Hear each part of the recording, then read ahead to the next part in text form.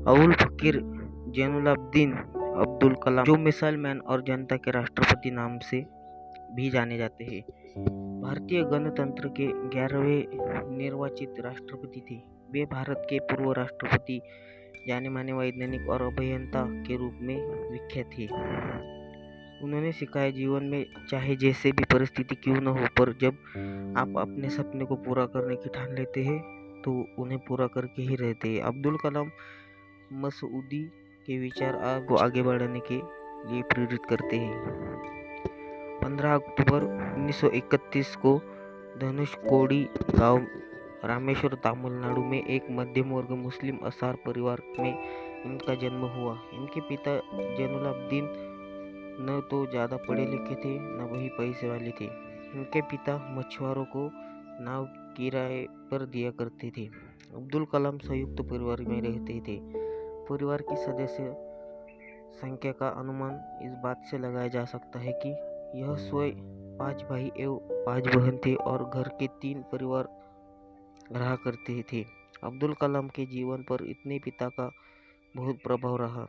वे भले ही पढ़े लिखे नहीं थे, लेकिन उनकी लगन और उनके दिए संस्कार अब्दुल कलाम के बहुत काम आए।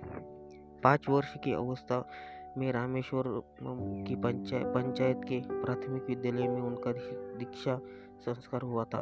उनके शिक्षक इयादुराई सोलोमन ने उनसे कहा था कि जीवन में सफलता तथा अनुकूल परिणाम प्राप्त करने के लिए तीव्र इच्छा, अपेक्षा, इन 3 शक्तियों को भली भांति समझ लेना और उन पर प्रभुत्व स्थापित करना चाहिए। 5वीं कक्षा में कक्षा में पढ़ते समय उनके अध्यापक उन्हें पक्षी उड़ने के तरीके की जानकारी दे रहे थे, लेकिन जब छात्रों को समझ नहीं आया तो अध्यापक उनके समुद्र तट ले गए, जहां उड़ते हुए पक्षी को दिखाकर अच्छे से समझाए। इन्हीं पक्षियों को देखकर कलाम ने तय कर लिया कि उनको भविष्य में विमान विज्ञान में ही जाना है। कलाम के गणित के अध्यापक सुबह ट्यूशन लेते थे, इसलिए वह सुबह 4 बजे गणित की ट्यूशन। कलाम ने अपनी आरंभिक शिक्षा जारी रखने के लिए अखबार वितरित करने का कार्य भी किया था। कलाम ने 1950 में मद्रास इंस्टीट्यूट ऑफ टेक्नोलॉजी से अंतरिक्ष विज्ञान में स्नातक की उपाधि प्राप्त की है। स्नातक होने के बाद उन्होंने हावर क्राफ्ट परियोजना पर काम करने के लिए भारतीय रक्षा अनुसंधान एवं विकास संस्थान में प्रवेश किया। 1962 में वे भारतीय अंतरिक्ष अनुसंधान संगठन के आए, जहां उन्होंने सफलतापूर्वक कई प्रक्षेपण परियोजनाओं में अपनी भूमिका निभाई।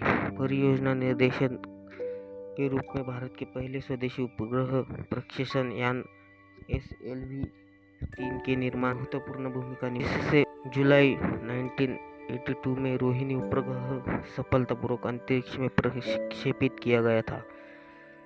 में वे भारतीय अंतरिक्ष अनुसंधान संगठन से जुड़े।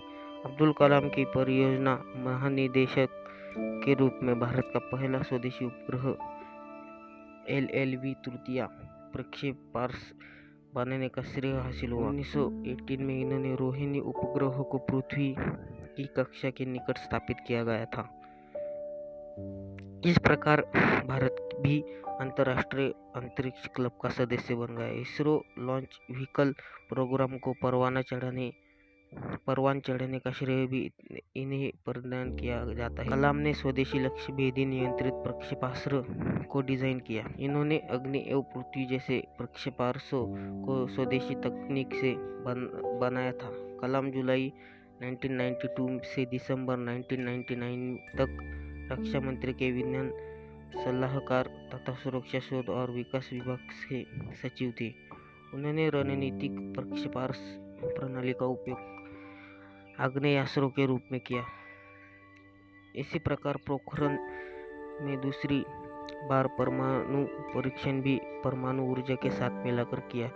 इस तरह भारत ने परमाणु हथियार के निर्माण की क्षमता प्राप्त करने में सफलता अर्जित की। कलाम ने भारत के विकास स्तर को 2020 तक विज्ञान के क्षेत्र में आधुनिक करने के लिए एक विशिष्ट सोच प्रदान की। यह भारत सरकार के मुख्य वैज्ञानिक सलाहकार भी रहे। 1982 में वे भारतीय रक्षा अनुसंधान एवं विकास संस्थान में वापस निदेशक के तौर पर आए और उन्हें अपना सारा ध्यान गाइडेड मिसाइल के विकास पर केंद्रित किया। अग्नि मिसाइल और पृथ्वी मिसाइल का सफल परीक्षण का श्रेय काफी कुछ नहीं। जुलाई 1992 में वे भारतीय रक्षा मंत्रालय में वैज्ञानिक सलाहकार नियुक्त हुए। उन्हीं देखरेख में भारत के 1998 में पोखरण में अपना दूसरा सफल परमाणु परीक्षण किया और परमाणु शक्ति से संपन्न राष्ट्रों की सूची में शामिल हुआ।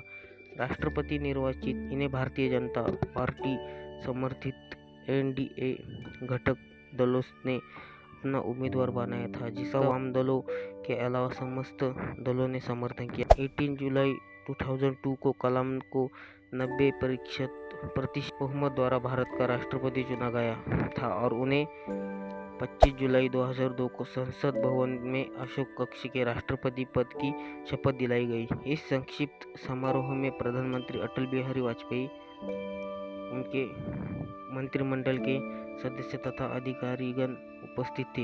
इनका कार्यकाल 25 जुलाई 2007 को समाप्त हुआ। अब्दुल कलाम व्यक्तिगत जिंदगी में बेहद अनुशासन प्रिय थे।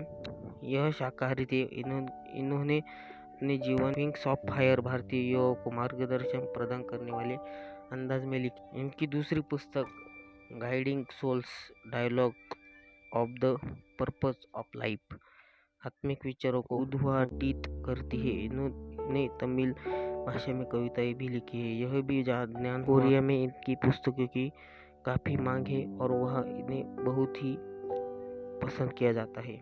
तो दोस्तों, अगर वीडियो अच्छी लगे तो वीडियो को एक लाइक जरूर करो। अभी चैनल को सब्सक्राइब कर देना। चलिए मिलते हैं अगले वीडियो में, तब तक के लिए बाय।